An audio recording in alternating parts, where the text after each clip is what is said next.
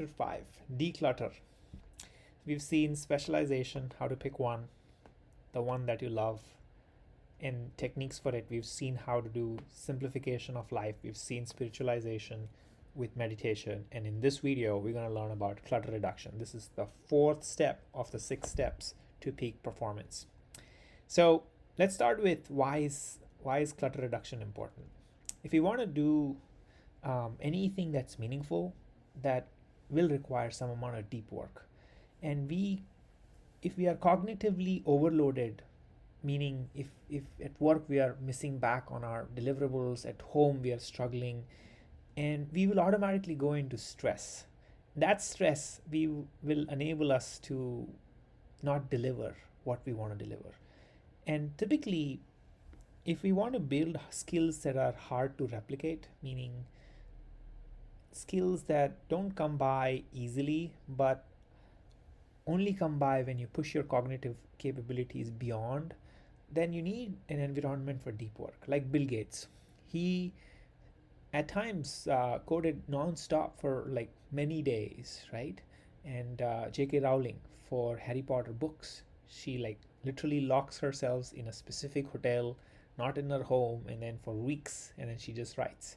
So if we want to push ourselves to build skills that are hard to replicate, it's going to require us to do some sort of deep work. And that deep work happens if we avoid the cognitive overload when we're not stressed out.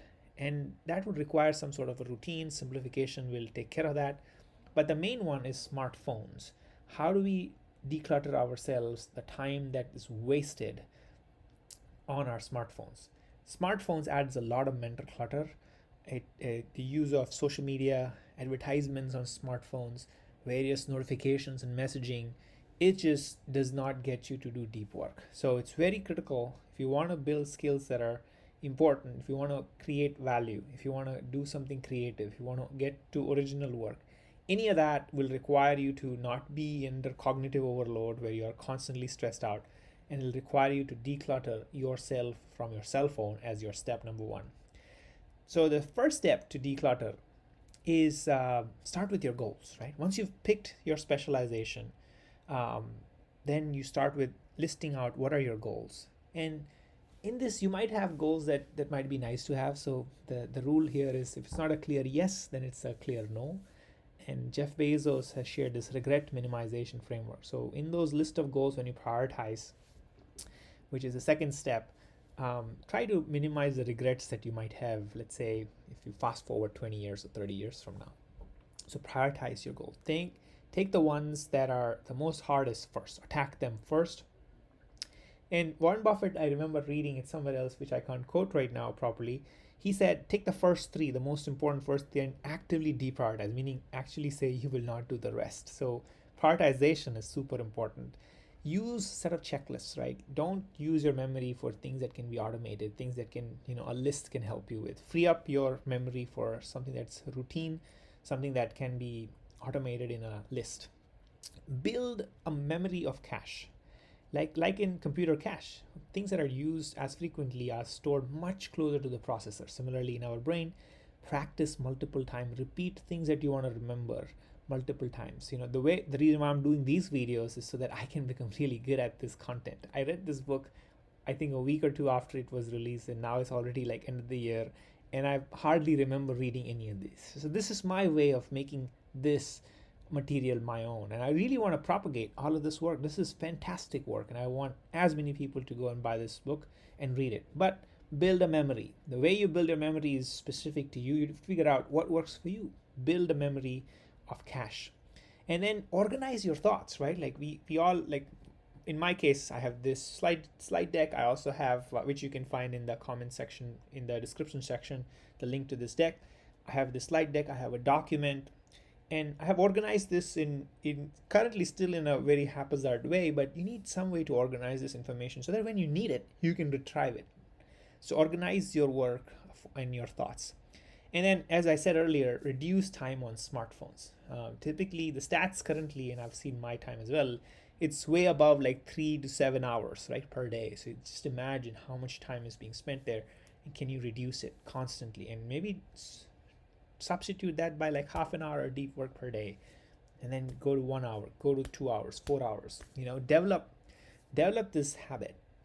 And in this chapter, they mentioned this finding, which was interesting, which says, hey, when we do this deep work, myelin in our brain, which is a white tissue, gets developed, which is around neurons, which gets those neurons to click and snap faster, so you can quickly recognize, you can use the information that you need, which is pretty important. So declutter, and these 6 steps, super critical. Start with the goals, and it starts with your specialization, which was a previous video. Prioritize, ruthless prioritization. Take out everything below number 3. Use checklists, use some sort of organization tools that you can use, and build memory.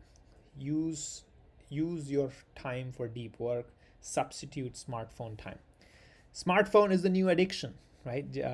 Mark Benioff, CEO of Salesforce, says that smartphones are the new cigarettes, right? It's that huge. It's super, super addictive. It causes these 3 major issues: loneliness, anxiety, and extremism.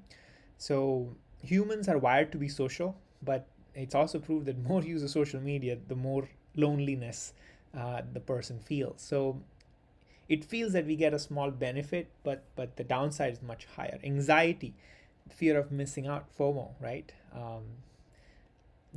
From the social media launch, smartphone access available in the last 10 years, the rate of teen suicides and depression have skyrocketed, according to the study that's quoted in this chapter. And so how can you have even like a rarest, how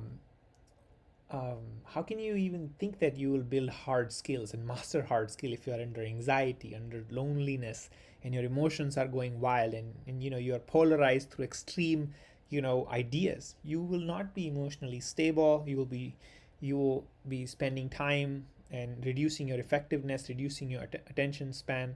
So smartphone is the new cigarettes, and the worst thing about this is that everyone gets access to smartphones and everyone gets access to social media, which is pretty terrible. So be very mindful of this one. And so Cal Newport's deep work, and this has also written a book on digital detox. So he has these 5 really amazing ways in which you can do digital detox for your smartphones. Is to build your real social life, right? Like, go really meet your friends, go spend your time with your family, on the evenings, in your community. Spend time with people. Go through phone deprivation, like specifically put your phone on do not disturb, right? And have sleep time enabled and things like that. Only take calls from certain people that remove those apps, and then only have the web version when you want to use it. Have your digital downtime at a specific time every evening. Just shut shop, meaning you're done. Computer, you're done, right? So these are some great mechanisms to have your digital detox from your smartphone, social media, and all the barrage of websites that you might be looking at. So where you consume your information is very, very critical.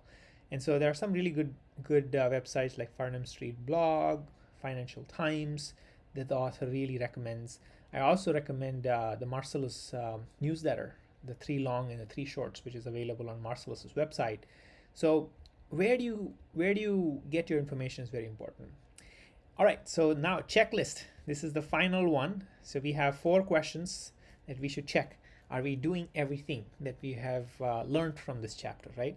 Just reading and then forgetting doesn't help, right? So it's very important to check if you're doing things. So the first thing is, do we have a clean, neat, tidy workspace? And do we constantly get rid of unnecessary clutter? Do we have some routine on which we do that? We gather up so much information and then our minds can't think clearly. Do we tidy up our space? If not, at your workplace, absolutely your home needs to be clean and your work also needs to be clean. Do you have a prioritized set of goals and checklists that you use, right? Do you just go through your day without mindfully examining if each of those meetings were really needed? Prioritize your time. Your time is the most important thing. The reason why I'm doing these videos is so that I can have, I just have to record it once after multiple repeats, but then thousands of people will probably use this material and get better. Even if they get 1% better, this work is done. And I'm getting better by doing this, which is also fantastic. So smartphone usage, have you removed all unnecessary notifications? That's the easiest. Just turn off all notifications. Do you really need to be notified and then your heart beeps and you skip a beat, right? It's not necessary, right? So usage, monitor your usage, and then get consciously reduce it? And have you reduced or removed all apps on social media, right? And then desperately, if you need them, use the web version, right? That's one way to minimize this. But decluttering is most important. Once you've decluttered your mind, decluttered your time, decluttered all the materials that you use, it'll free up so much of your time, and those free time you can now use for deep work. All right, we've now mastered 4 steps out of the 6. So in the next few videos, we will cover the entire remaining few chapters. Thanks.